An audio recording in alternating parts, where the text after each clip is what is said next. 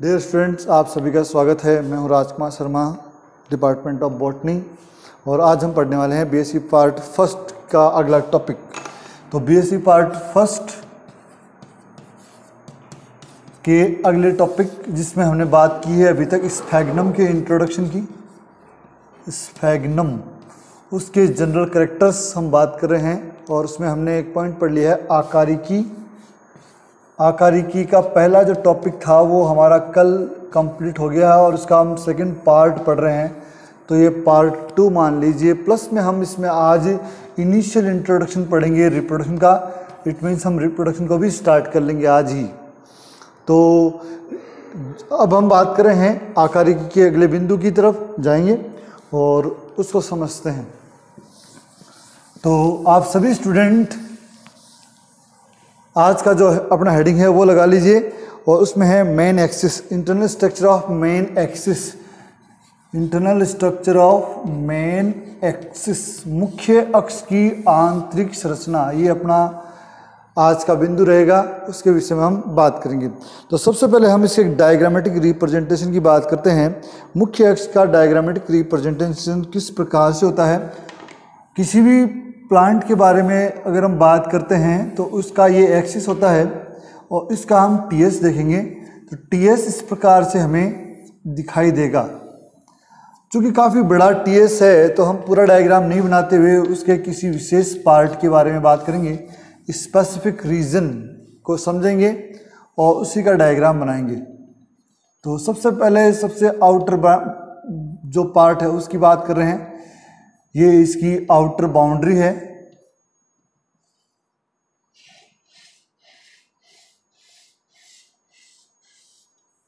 जो कि single layer के रूप में आपको दिखाई दे रही है।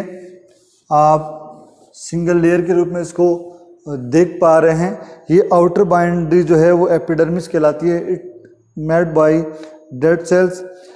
एक्चुअल में ये कॉर्टेक्स का ही एक अपीयरेंसेस है। एक्चुअल में इसको कहा तो हमने एपिडर्मिस है, लेकिन ये कॉर्टिकल सेल्स द्वारा ही बनती है। कॉर्टिकल सेल्स इसको बनाती हैं। यहाँ तक जो पोर्शन है ये इसका कॉर्टेक्स रीजन है। और कॉर्टेक्स रीजन स्पेसिफिकली 2 प्रकार की कोशिकाओं द्वारा बना होता है, जिसमें एक तो है मुख्य कॉर्टेक्स और दूसरा है प्रोसेनकाइमा, जो कि अलग अलग प्रकार की कोशिकाओं द्वारा बनता है। तो यहाँ पर हमें 2 स्पेसिफिक रीजन देखने को मिलते हैं। सबसे इम्पोर्टेंट ये कॉर्टेक्स की कोशिकाएं हैं, जो कि मृदुतकीय या ये कहें कि पैरेन्काइमेटस सेल से बनी हुई होती हैं, आप देख पा रहे हैं। और दूसरा है प्रोसेनकाइमा, इसी का अगला भाग।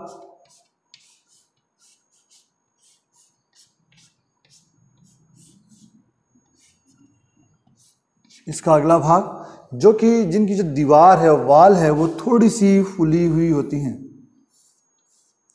सलन होती है, इसीलिए इसको आप प्रोसेनकाइमा कहते हैं। प्रोसेनकाइमा कहलाएगा। इट मीन्स दीर्घ उत्तकीय क्षेत्र है जिनकी दीवारें कंपैरेटिवली थोड़ी सी थिक होती हैं। तो इसको हम थोड़ा सा डार्क रिप्रेजेंट कर देते हैं। यद्यपि इस पॉइंट के अंदर थ्योरी थोड़ी सी इम्पोर्टेंट है, लेकिन फिर भी अगर आपको डायग्राम आता है तो फिर उतनी इम्पोर्टेंस नहीं रह जाती है जितनी हम विदाउट डायग्राम देखते हैं। तो आप इसका डायग्राम अच्छे से देख लें और उसको याद कर लें कि इस पर्टिकुलर पोर्शन का डायग्राम किस प्रकार से बनेगा। ये पर्टिकुलर पोर्शन है, उसका एक स्पेसिफिक डायग्राम है। और सबसे नीचे है इसका सेंट्रल पार्ट, जिसको हम सेंट्रल सिलेंडर कहते हैं। इसका जो केंद्रीय भाग है उसको हम सेंट्रल सिलेंडर कहते हैं। तो डायग्राम को थोड़ा सा जस्टिफाई करने के लिए व्यवस्थित कर दें इसको आप, जिससे आप क्लियर कर पाएँ कि इसका डायग्राम किस प्रकार से बनेगा। ये है इसका सेंट्रल सिलेंडर, बीच का पोर्शन।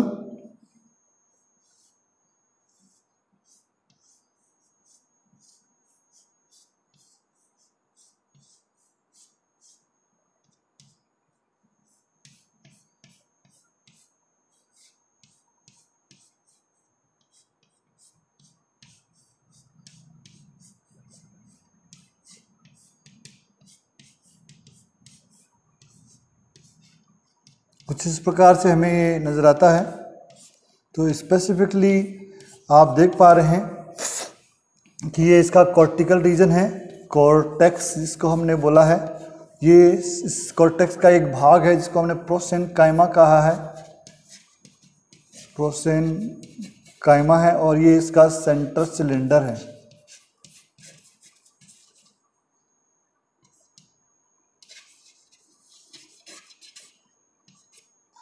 ये सेंटर सिलेंडर है।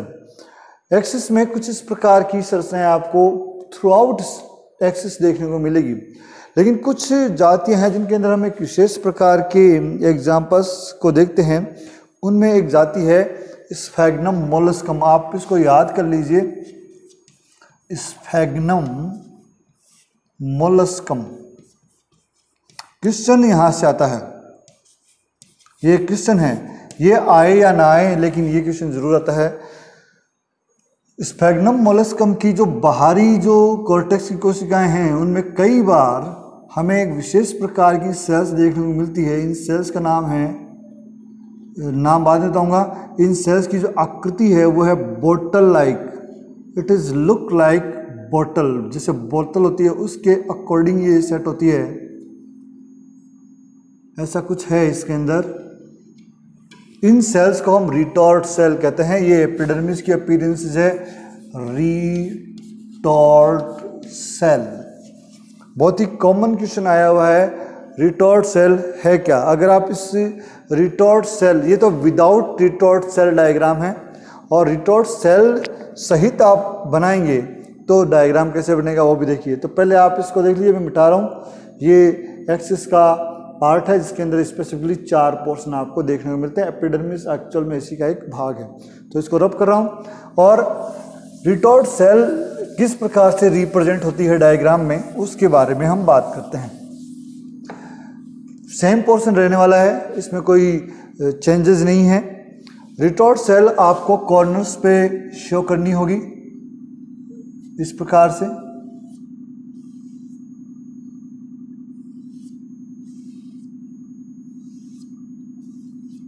ऐसे ये आपस में एपिडर्मिस द्वारा कनेक्टेड है ही, आप सभी जानते हैं, कनेक्टेड बाय एपिडर्मिस।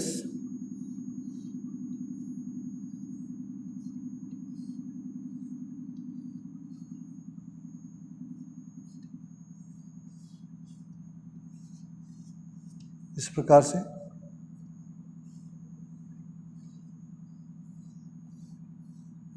और ये कप लाइक मुंह जो है वो यहाँ पर आपको दिखेगा। तो ये इस प्रकार से आपको दिखेगा। बीच में जो अदर पोर्शन है, प्रोसेनकाइमा, कॉर्टेक्स और सेंटर सिलेंडर, वो एज इट इज रहने ही वाले हैं। तो number of retort cell depends on plant category, specifically found in sphagnum molluscum. ये क्वेश्चन पूछा गया है। इन स्फैग्नम मोलस्कम के अंदर जो रिटॉर्ट सेल्स पाई जाती है उनका आधारीय भाग चौड़ा होता है और ग्रीवा पतली होती है, वक्रित होती है और छिद्र युक्त होती है। आप देख पा रहे हैं आधारीय भाग चौड़ा है, बड़ा है, ऊपरी भाग सकड़ा है और मुड़ा हुआ है, एक छिद्र द्वारा बाहर की ओर खुलती है। ये इस जाति की खास बात है। एग्जाम में ये क्वेश्चन हमसे पूछा गया है। तो ये है मेन एक्सिस के बारे में। आई थिंक कोई इश्यू नहीं है, समझ पा रहे होंगे आप। सिंपल 1.5 कैटेगरी के अकॉर्डिंग क्वेश्चन बन रहे हैं। और अब हम बात करेंगे इसके नेक्स्ट सेगमेंट की, अगले पार्ट की, वो है लीफ। लीफ से भी क्वेश्चन हमें मिलते हैं।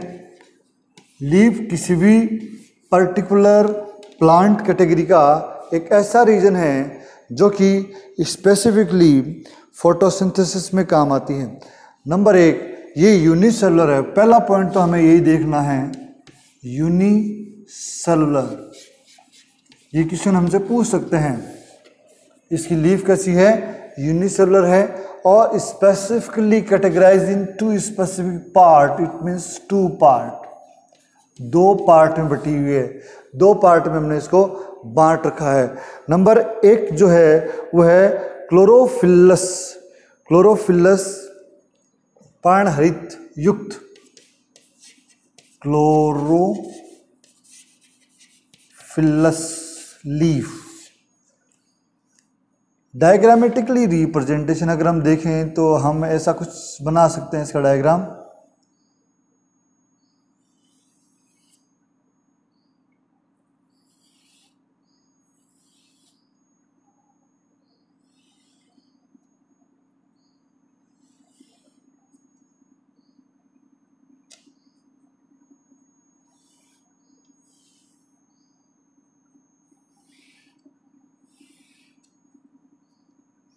ऐसा है, अगर ये लीफ आपको ऐसी नज़र आ रही है तो ये क्लोरोफिलस लीफ है।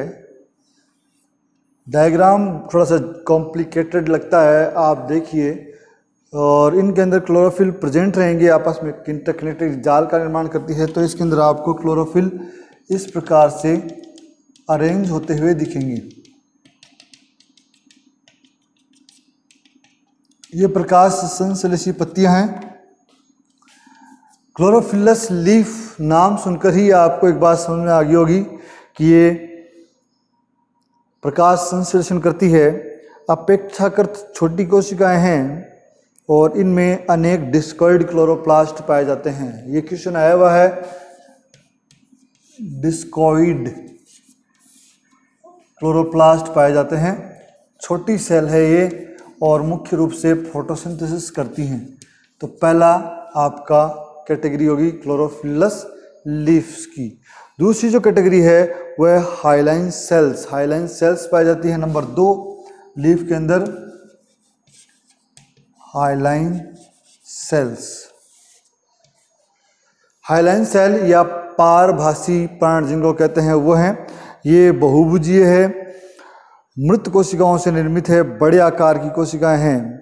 इन्हें हम कैपिलरी सेल्स कह सकते हैं। कैपिलरी सेल्स ये जो 2 या 3 जो ये व्यवस्थाएं हैं इनके बीच में अरेंज हैं। तो ये इस प्रकार से अरेंज रहती हैं, इस प्रकार से ऐसी सी इनकी व्यवस्था है, इनमें पाई जाती है, जुड़ी रहती है, इंटरकनेक्टेड हैं आपस में।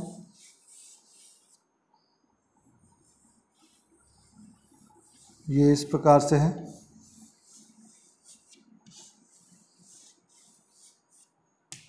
ये हाइलाइन सेल्स हैं,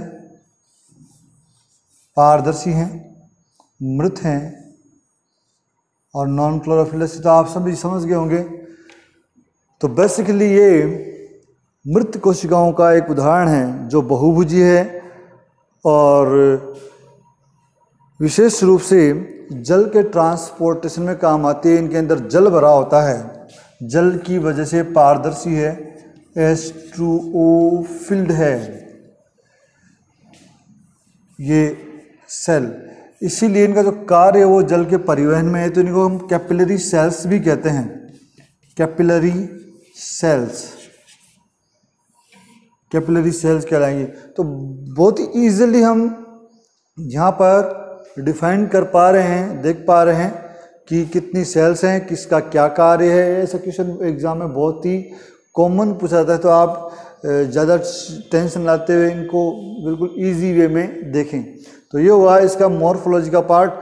ब्रायोफाइटा की खास बात है कि इसके मॉर्फोलॉजी के अंदर उतना मैटर नहीं है जितना हम सोच रहे हैं। सिंपल है। क्वेश्चन जितने भी बन रहे हैं वो 1.5 कैटेगरी के अकॉर्डिंग ही बन रहे हैं। 1.5 का जो स्कोर है उसी के अकॉर्डिंग है। तो छोटे क्वेश्चन हैं। और अब हम बात करते हैं इसके रिप्रोडक्शन के बारे में, जो कि अब इसका मेजर पॉइंट माना जा सकता है, मेजर टॉपिक माना जा सकता है। तो आज हम इंट्रोडक्शन के बेसिक कॉन्सेप्ट को समझेंगे और कल से हम रिप्रोडक्शन के वीडियोस बनाना शुरू कर देंगे। तो हम बात करते हैं रिप्रोडक्शन।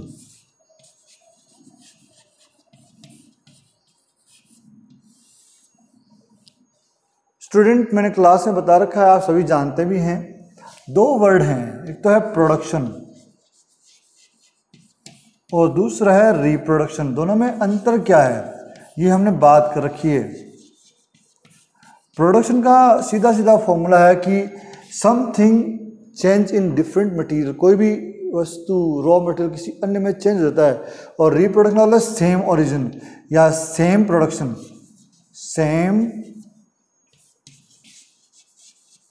प्रोडक्शन फ्रॉम प्रोजेनी, और यहां पर ऐसा है नहीं, तो ये नॉन बायोलॉजिकल हो गया, नॉन बायोलॉजिकल, और ये हो गया biological, biological.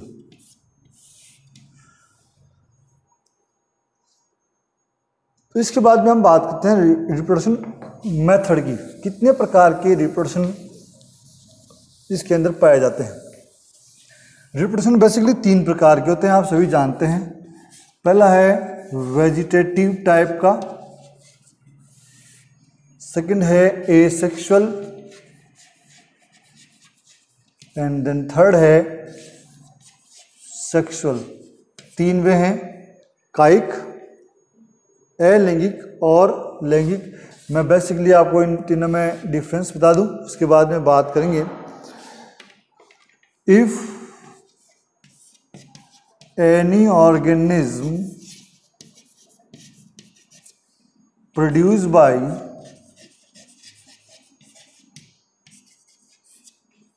There vegetative part, यदि कोई भी जीव या किसी भी जीव का निर्माण उसके कायिक भाग से होता है तो उसे हम कायिक जनन कहते हैं। कायिक भाग किसी पौधे के अंदर क्या हो सकते हैं, लीफ हो सकता है, स्टेम हो सकता है और रूट हो सकती है। क्योंकि हम तो ब्रायोफाइटा पढ़ रहे हैं और ब्रायोफाइटा में ऐसी स्ट्रक्चर तो पाई नहीं जाती। एक्चुअल में मोस्ट कैटेगरी जो है उसके अंदर लीफी स्ट्रक्चर जरूर पाई जाती है, लेकिन वो लीफ लायक नहीं होती। तो यहाँ पर जो ओरिजिन का जो बेस है वो प्रोटोनीमा द्वारा है, प्रोटोनीमा। प्रोटोनीमा थिलस से निर्मित होने वाली फिलामेंटस स्ट्रक्चर को प्रोटोनीमा कहते हैं। ये 2 कैटेगरी में है, एक तो है प्राइमरी प्रोटोनीमा और एक है सेकेंडरी प्रोटोनीमा। अगर डायरेक्ट बन जाती है तो प्राइमरी, और जो थिलस डेवलप हो गया है उससे अगर बनती है तो सेकेंडरी प्रोटोनीमा। डिटेल से हम इसकी बात करने वाले हैं। तीसरा, सेक्सुअल रिप्रोडक्शन। इसके अंदर रिप्रोडक्टिव ऑर्गन बनते हैं। रिप्रोडक्टिव ऑर्गन ऊगेमस टाइप का पाया जाता है, हमने बात कर रखी है ऊगेमस टाइप का। इट मीन्स यहाँ पर मेल रिप्रोडक्टिव ऑर्गन भी होंगे और फीमेल रिप्रोडक्टिव ऑर्गन भी होंगे, दोनों होंगे, मेल रिप्रोडक्टिव और फीमेल। ऊगेमस के अंदर इन दोनों की शेप एंड साइज बिल्कुल डिफर होती है, differ from each other. Type of reproduction जो सेक्सुअल रिप्रोडक्शन है उसके अंदर 3 कैटेगरी है, एनाइसोगेमस भी है, आइसोगेमस भी है और ऊगेमस भी है। तो ब्रायोफाइटा में हायर एडवांस ऊगेमस टाइप का रिप्रोडक्शन पाया जाता है, पहले बात कर चुके हम। और इसके अंदर दोनों ही रिप्रोडक्टिव ऑर्गन को हम वेल डिफाइंड कर सकते हैं, बता सकते हैं, उनके बारे में जानकारी दे सकते हैं। तो आप ये बात ध्यान रखें। तीसरा है एसेक्सुअल, जो कि ब्रायोफाइटा में नहीं पाया जाता। पहली बात तो आपको ये देखना होगा कि ब्रायोफाइटा में कौन सा रिप्रोडक्शन नहीं पाया जाता। तो asexual reproduction do not found in bryophyta. पहला तो ये पॉइंट है, आप ये इस पॉइंट को नोट कर लें। इसके अंदर स्पेसिफिक रिप्रोडक्टिव स्ट्रक्चर बनती है जिसका मेल और फीमेल कैटेगराइजेशन नहीं हो सकता, लेकिन ये by the help of division spore बनाती है। स्पोर कैटेगरी भी फिक्स नहीं होती है, वो प्लांट क्लास के अनुसार सेट होती है, और ये फिर से न्यू इंडिविजुअल बना दे या नया ऑर्गेनिज्म बना दे तो यहाँ पर हम उसको एसेक्सुअल बोलते हैं। एसेक्सुअल का मतलब हो गया कि लिंग की कोई भूमिका नहीं है। स्पोर बनते हैं उसके किसी भी वेजिटेटिव पार्ट में डिवीजन की वजह से, और वो स्पोर स्प्रेड हो जाते हैं, स्प्रेड होकर वो नया प्लांट बना देते हैं। तो ये बेसिकली 3 एटमॉस्फेरिक और फिजियोलॉजिकल डिफरेंस है जिनके बारे में हम समझ रहे हैं। ये थोड़ा डिटेल वाला पोर्शन है जिसको हम बाद में बात करेंगे। आज थोड़ा सा शॉर्ट में हम, क्योंकि इम्पोर्टेंट नहीं है इसीलिए हम बात करेंगे कायिक जनन की। कायिक जनन को हम समझ लेते हैं। In short exam point of view से सिर्फ आपको ये जानना होता है कि ये होता क्या है। तो पादप के किसी विशेष भाग द्वारा अगर जनन हो, कायिक भाग द्वारा, तो उसको हम इस कैटेगरी में डालेंगे। इनमें कुछ विशेष प्रकार की शाखाएं होती है जिनको हम इनोवेशंस कहते हैं, नवीन शाखाएं कह सकते हैं या इनोवेशंस कह सकते हैं। इन इनोवेशंस ब्रांच द्वारा नया प्लांट बनता है, न्यू प्लांट बनता है, और इस न्यू प्लांट के ओरिजिन को ही हम इस रिप्रोडक्शन के अंदर जानते हैं। ये मुख्य अक्ष पर उपस्थित पत्तियों के कक्ष से अन्य सामान्य शाखाओं की भांति ही निकलती, जो अक्ष होता है उस अक्ष के पास से ही निकलती है और अलग होकर नए पादप का निर्माण कर देती हैं। तो बड़ा सिंपल सा है, जैसे ये मुख्य अक्ष है, हमने ब्रांच पढ़ रखी है, तो यहाँ पर इनकी ओरिजिन है, तो ये न्यू इनोवेशंस है और ये पौधे से अलग हो जाएंगे और अलग होकर नया प्लांट बना देंगे, तो ये इसमें आता है। उसमें और कैटेगरी हम जानना चाहें तो प्राइमरी प्रोटोनीमा द्वारा होती है, प्राइमरी प्रोटोनीमा भी ऐसा कर सकते हैं। प्राइमरी प्रोटोनीमा वे स्ट्रक्चर हैं, वे रिप्रोडक्टिव स्ट्रक्चर हैं जो पौधे के प्रवर्धन में सहायक हैं। ये थैलस के प्राथमिक तंतुओं यानी थैलस की प्राथमिक संरचनाओं से उत्पन्न होती है। कई बार ऐसा होता है कि ये स्पेसिफिक स्ट्रक्चर कई बार दूसरे तंतुओं को भी बनाती है, तो इनसे जो सेकेंडरी बनेंगे उनको हम सेकेंडरी प्रोटोनीमा कहेंगे, और ये मल्टी सेलुलर होते हैं, मल्टी सेलुलर। तो मेनली कहने का मतलब है कि वेजिटेटिव रिप्रोडक्शन जो है वो पौधों के लिए इतना इम्पोर्टेंट नहीं है, हमें इतना जानना ही नहीं है। हमें सिर्फ जानना है कि vegetative reproduction occur in sphagnum by the way of innovations, primary protonema and then secondary protonema. इन तीन के द्वारा हम यहाँ पर देख सकते हैं। डिटेल में जाने की हमें यहाँ पर कोई ज़रूरत नहीं है, क्वेश्चन इससे बड़ा नहीं आने वाला है। तो कायिक जनन हमारा हो गया है और अब हम नेक्स्ट कैटेगरी में इसके लैंगिक जनन की बात करेंगे, जो हम पढ़ेंगे नेक्स्ट वीडियो में। तो आज इस वीडियो में यहीं तक, कल हम बात करेंगे इसके सेक्सुअल रिप्रोडक्शन की। तो आज के इतना ही, धन्यवाद। आप सभी इन सभी वीडियोस को कंटिन्यू देखें, इनके नोट्स बनाएं प्रॉपर वे में, और एक दूसरे का एक कनेक्शन है, लिंक है, तो इसको मिस नहीं करें। कल तक के लिए धन्यवाद। Thank you so much.